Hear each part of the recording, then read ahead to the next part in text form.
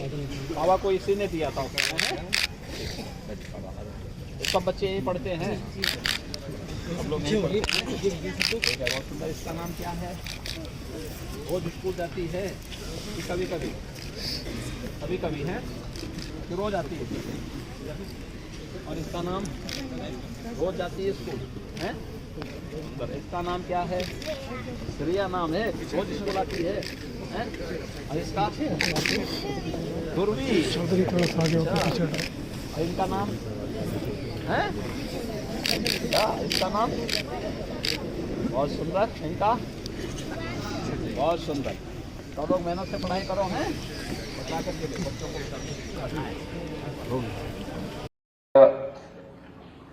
श्री ब्रजेश सिंह प्रिंसू जी, शाखा मंत्री doctor SP Singh ji, विधायक श्री अवधेश सिंह जी, डॉक्टर नीलकंठ तिवारी जी, जिला पंचायत अध्यक्ष श्रीमती पूनम मौर्य जी, और आज के इस कार्यक्रम में उपस्थित अघोरेश्वर भगवान राम और इस परंपरा के सभी अनुयायीगण, श्रद्धालुजन, उपस्थित भाइयों बहनों, आज स्वामी विवेकानंद जी की पावन जयंती भी है।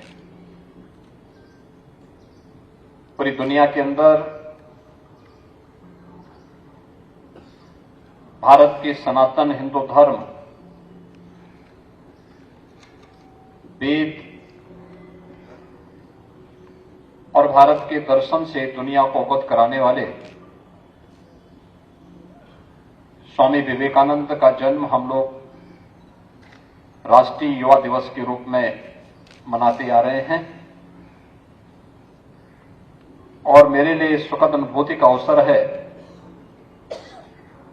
कि इस अवसर पर इस पुनीत धाम में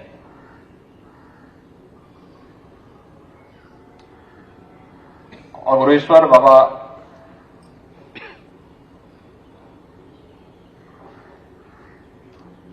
की इस पावन धाम में मुझे आप सबके साथ इस पवित्र कार्यक्रम के साथ जुड़ने का अवसर प्राप्त हो रहा है। मैं इस अवसर पर इस पूरे आयोजन के साथ जुड़े हुए सभी सदस्यों को, खासतौर पर बाबा शंभुराम जी को और उनके सभी भक्तों, अनुयायियों और इस परंपरा से जुड़े हुए सभी पदाधिकारियों को मैं सबसे पहले हृदय से धन्यवाद देता हूं कि सर्वेश्वरी समूह ने मुझे अघोरेश्वर बाबा राम की इस पवित्र साधना स्थली के साथ जुड़ने और इस पवित्र आयोजन के साथ मुझे इस कार्यक्रम में आप सबके साथ संवाद करने का एक अवसर दिया है। आज का दिन इसलिए भी महत्वपूर्ण है कि अघोरेश्वर भगवान राम की इस पवित्र परंपरा के साथ सदैव जिनका सानिध्य और आशीर्वाद प्राप्त हुआ था, ऐसे पूजनीय माता जी का कल महापरिनिर्वाण दिवस भी है और उसकी पूर्व संध्या पर भगवान राम की स्मृति में यह भव्य आयुष भवन, जो योग, आयुर्वेद और प्राकृतिक चिकित्सा का एक नया केंद्र बिंदु बनने जा रहा है, जो संपूर्ण आरोग्यता की गारंटी हम सबको दे सकता है, इसके इस भव्य उद्घाटन कार्यक्रम के साथ हम सबको जुड़ने का अवसर प्राप्त हुआ है। भाइयों बहनों, हम सब इस बात को जानते हैं कि भारत की शैव परंपरा में अघोर परंपरा एक साधना की एक ऐसी प्रकृति है जो अगर आध्यात्मिक दृष्टि से देखें तो इस जगत में रहते हुए भी परमात्मा के साथ संबंधों को जोड़ने और व्यवहारिक दृष्टिकोण से देखें तो समाज को जोड़ करके एक सामाजिक न्याय की अवधारणा को साकार करने का एक साक्षात उदाहरण प्रस्तुत करता है। अघोरेश्वर बाबा कीनाराम जी के द्वारा जिस अघोर परंपरा को एक नया जीवन दिया गया था,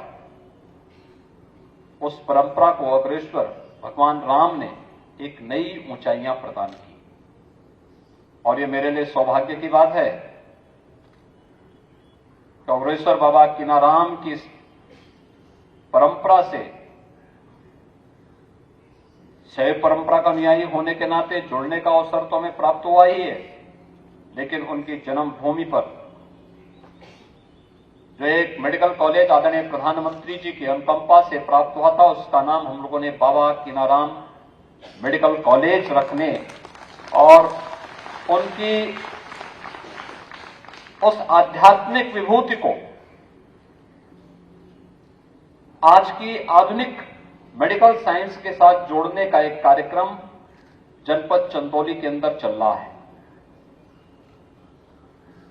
मुझे भगवान राम के द्वारा स्थापित, उनके आशीर्वाद से स्थापित इन समूहों के साथ बहुत दिनों के साथ जुड़ने का अवसर प्राप्त हुआ है। काफी दिनों से मैं देखता रहा हूं कैसे पड़ाव में और उसके आसपास के क्षेत्र में दीन दुखियों के लिए, अपनों से ठुकराए गए लोगों के लिए, कुष्ठ रोगियों के लिए, निराश्रित बच्चों के लिए जिस प्रकार के उदाहरण सेवा का प्रस्तुत किया, अद्भुत है, अविस्मरणीय है, अनुकरणीय है।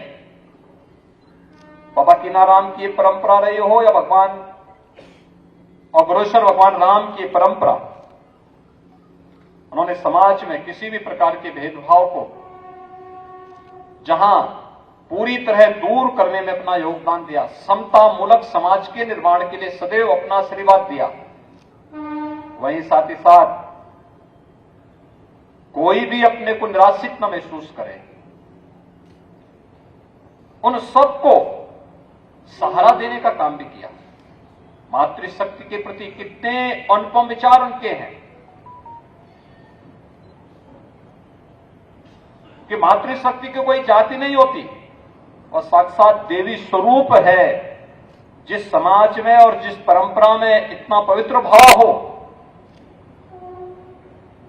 स्वाभाविक रूप से, क्योंकि शिव और शक्ति के मिलन को ही वे प्रकृति का वास्तविक रूप मानते हैं और उससे अलग कल्पना भी नहीं की जा सकती है। और यह पवित्र परंपरा आज उसी का प्रतिनिधित्व कर रही है। आयुष का यह बड़ा सेंटर, मैंने अभी इस आयुर्वेद, योग और प्राकृतिक चिकित्सा के इस बड़े केंद्र को मैंने बाबा शंभुराम जी के साथ जाकर के अवलोकन किया है। उद्घाटन के बाद मैंने देखा है, एक तरफ आयुष से जुड़ी हुई विभिन्न विधाओं की उपचार की सुविधा है, आयुर्वेद से, होम्योपैथ से, वहीं पंचकर्म और अन्य जो भी आयुर्वेद की वे पद्धतियां हैं, योग और प्राकृतिक चिकित्सा की पद्धतियां हैं, उन सबको समावेश करके यहां पर आयुष के एक अच्छे केंद्र के रूप में मां गंगा के तट पर इस स्थापित करके लोगों को आरोग्यता प्रदान करने का भी एक माध्यम आज यहां पर सर्वेश्वर समूह ने यहां पर अघोरेश्वर भगवान राम के इस पावन स्थली पर काशीवासियों के लिए और यहां पर आने वाले सभी नागरिकों के लिए प्रदान किया है। मैं इसके लिए यहां पर इस पूरी परंपरा से जुड़े हुए, खासतौर पर सर्वेश्वरी समूह से जुड़े हुए उन सभी पदाधिकारियों को हृदय से धन्यवाद देता हूं कि जिन्होंने आयुष की इस परंपरा को यहां पर एक नया स्वरूप प्रदान करने में अपना योगदान दिया है। भाइयों बहनों, हम सब जानते हैं 2014 में प्रधानमंत्री बनने के बाद मोदी जी ने देश के अंदर बिखरी हुई आयुष की विभिन्न पद्धतियों को जोड़ करके आयुष मंत्रालय का गठन किया, जिसमें आयुर्वेद, होम्योपैथ, यूनानी, सिद्धा, योग, इन सभी पद्धतियों को एक साथ जोड़ा और जोड़ करके उन्होंने एक मंत्रालय बनाया आयुष मंत्रालय के रूप में। आज आयुष मंत्रालय देश के अंदर हेल्थ एंड वेलनेस के सेंटर में बेहतरीन कार्य कर रहा है। यह अपने आप में एक हेल्थ एंड वेलनेस सेंटर है जो आयुष पद्धति से लोगों को संपूर्ण आरोग्यता की ओर एक नई दिशा दे सकता है। और यही नहीं, 21 जून की तिथि को दुनिया के अंदर विश्व योग दिवस के रूप में मनाने का कार्यक्रम आयोजित करना है। आज दुनिया योग के पीछे भाग रही है। दुनिया के लगभग 190 से अधिक देश आज योग के साथ जुड़ करके भारत की ऋषि परंपरा की, योगियों संतों की इस परंपरा की, सिद्धों की इस परंपरा को आत्मसात कर रहा है, उसके व्यावहारिक ज्ञान को ले रहा है। पूरी दुनिया इसके साथ जुड़ रही है।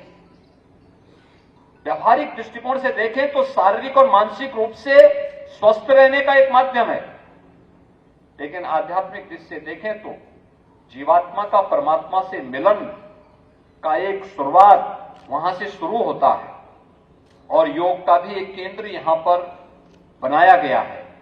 ये अनेक यानी उन सभी को एक साथ जोड़ करके यहां पर बाबा संभवराम जी की प्रेरणा से सर्वेश्वरू समूह ने इस कार्यक्रम को आगे बढ़ाया है और अग्रेश्वर भगवान राम के नाम के साथ इसे जोड़ते हुए यहां पर आरोग्यता प्रदान करने का जो कार्यक्रम प्रारंभ किया है, ये निश्चित ही फलीभूत साबित होगा।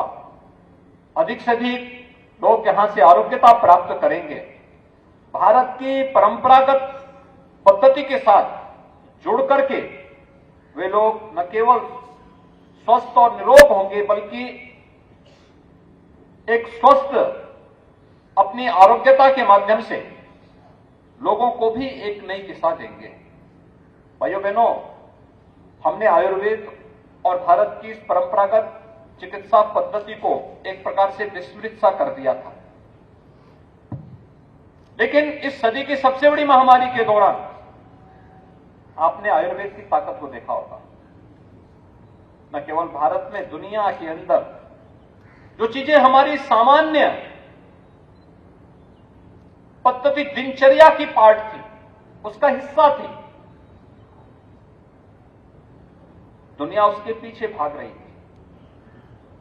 जैसे हम लोग हल्दी का उपयोग, सामान्य दिनचर्या में कौन ऐसा भारतीय परिवार होगा जो अपने यहां दाल, सब्जी या अन्य जो भी हम सब्जी रसोई बनती है उसमें हल्दी का उपयोग न करते हो, या जिन मसालों का उपयोग करते हैं ये केवल मसाले नहीं है, ये केवल एक स्वाद के साधन नहीं है, बल्कि ये हमारी प्रतिरोधक क्षमता को कितना विस्तार देते हैं, कितनी मजबूती प्रदान करते हैं। यह कोरोना कालखंड में देखा होगा जब बहुत सारे लोगों को हल्दी का पानी पीते हुए या दूध मिला हुआ हल्दी का दूध में हल्दी मिला करके पीते हुए आप सबने देखा है। काढ़ा का सेवन करते हुए देखा होगा। मुझे लगता है कोई बिरला ही घर रहा होगा भारत के अंदर और दुनिया के अंदर जिसने आयुष काढ़ा को किसी न किसी रूप में न लिया हो। आयुर्वेद के पीछे भागते हुए समूह को, दुनिया को आप सबने देखा होगा और ये चीजें दिखाती हैं कि आयुष में दम था और इसलिए विपरीत परिस्थितियों के बावजूद भी वह कोरोना जैसी महामारी के दौरान लोगों के जीवन की एक आस बनी थी। और ये इसलिए महत्वपूर्ण है क्योंकि आयुर्वेद की वास्तविक जननी भूमि तो एक काशी ही है। काशी से ही उसको एक नया रूप मिलना चाहिए।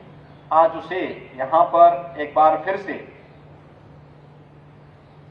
अग्रेश्वर भगवान राम आयुर्वेद, योग और प्राकृतिक चिकित्सा के इस केंद्र के माध्यम से पुनर्जीवन करने का काम यहां पर बाबा शंभूराम जी के सानिध्य में सर्वेश्वर समूह उस कार्यक्रम को आगे बढ़ाने का कार्य कर रहा है।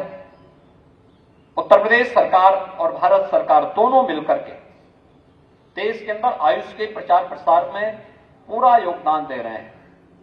हेल्थ एंड वेलनेस सेंटर के माध्यम से हजारों सेंटर बनाए जा रहे हैं, जहां पर योग की सामान्य वहां पर क्रियाओं का अभ्यास कराने से लेकर के वहां पर आयुष पद्धति से उपचार की तमाम विभिन्न प्रकार के कार्यक्रम आगे बढ़ाए जा रहे हैं। दोनों सरकारों ने मिलकर के, ये डबल इंजन की सरकार मिलकर के जहां इस कार्यक्रम को तेजी के साथ आगे बढ़ाने के लिए प्रतिबद्ध है, वहीं अगर यहां पर धर्मार्थ संस्थाएं इन सभी कार्यक्रमों के साथ जुड़ती हैं तो यह इस कार्यक्रम को एक नई गति और एक नई ऊंचाई प्रदान करेगा ही। और मेरा मानना है कि अब तक उपचार करने के लिए लोग दुनिया में जाते थे। कोरोना कालखंड में प्रधानमंत्री मोदी जी के नेतृत्व में आपने देखा होगा कि भारत ने कुछ मॉडल दिए दुनिया को। अभी चीन के अंदर कोरोना की कहर आपने देखी होगी, चौथी पांचवी कौन सी कहर है चीन में कुछ पता नहीं लगता, लेकिन क्या खराब स्थिति थी। लेकिन भारत के अंदर कोरोना पूरी तरह नियंत्रित है। चीन की वैक्सीन फेल हो गई, भारत की वैक्सीन, एक नहीं दो वैक्सीन का लोहा दुनिया मान रही है। और यही नहीं, दुनिया के अंदर कोरोना जैसी महामारी के दौरान सबसे कम मृत्यु दर अगर किसी देश में रही है और उससे सबसे अच्छे मॉडल किसी ने दिए हैं तो प्रधानमंत्री मोदी जी के नेतृत्व में भारत ने दुनिया को दिए हैं। यह भारत की ताकत है। हम इससे पहले सुनते थे कि उपचार कराने के लिए लोगों को दुनिया के अंदर, दुनिया के बड़े देशों में, विकसित देशों में जाना पड़ रहा है, लेकिन आयुष पद्धति भारत को हेल्थ टूरिज्म का एक नया हब बनाने की सामर्थ्य रखता है। और ये हेल्थ टूरिज्म के इस नए केंद्र के रूप में आयुष पद्धति अपने आप को तैयार कर सके, इसके लिए हम सबको तैयार होना होगा। और ये तो हम सब जानते हैं कि जहां स्वस्थ शरीर होगा वहीं स्वस्थ मस्तिष्क होगा, और जहां स्वस्थ मस्तिष्क होगा वहीं पर हम एक सशक्त और समर्थ राष्ट्र को आगे करने में सफल हो सकते हैं। और ये एक शुरुआत है, निश्चित ही इसमें सफलता प्रधानमंत्री मोदी जी के नेतृत्व में प्राप्त होगी। मैं एक बार फिर से अग्रेश्वर भगवान राम की स्मृति में आयोजित इस योग, आयुर्वेद और प्राकृतिक चिकित्सा के इस केंद्र के उद्घाटन के अवसर पर सर्वेश्वरी समूह को और बाबा शंभूराम जी को हृदय से धन्यवाद देते हुए आप सबके प्रति अपनी शुभकामनाएं देता हूं। धन्यवाद। जय हिंद।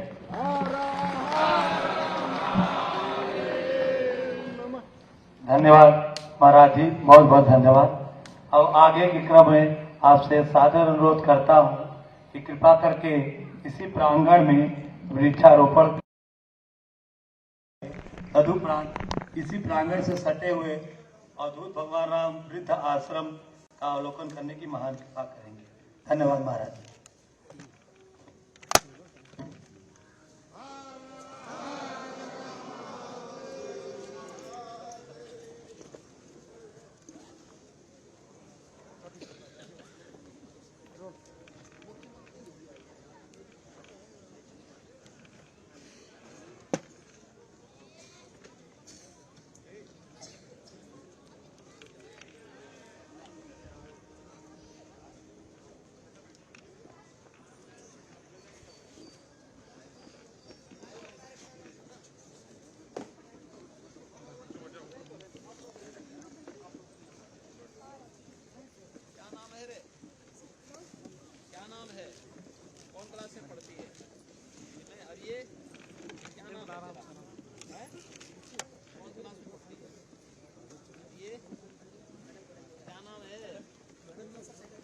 अच्छा, इसका नाम क्या है? इसका नाम ये तो मंच पे आई थी ना, वही है ना, कोई और है? नहीं नहीं, उस समय तो खड़ी थी, इस समय बैठी है, वही है ना? आइए, चल, बाबा को इसी ने दिया था उस समय, है? ये सब बच्चे यहीं पढ़ते हैं, सब लोग यहीं पढ़ते हैं। बहुत सुंदर। इसका नाम क्या है? रोज स्कूल जाती है? कभी कभी, कभी कभी है कि रोज आती है? और इसका नाम रोज जाती है स्कूल, है? इसका नाम क्या है? रिया नाम है, बहुत शर्माती है। इसका गुरमीत, इसका नाम आप है जो जैसा वैसा रहे। सब लोग मेहनत से पढ़ाई करो, हैं? क्या करके भी बच्चों को बचा करके चोट न लगे। हाँ हाँ,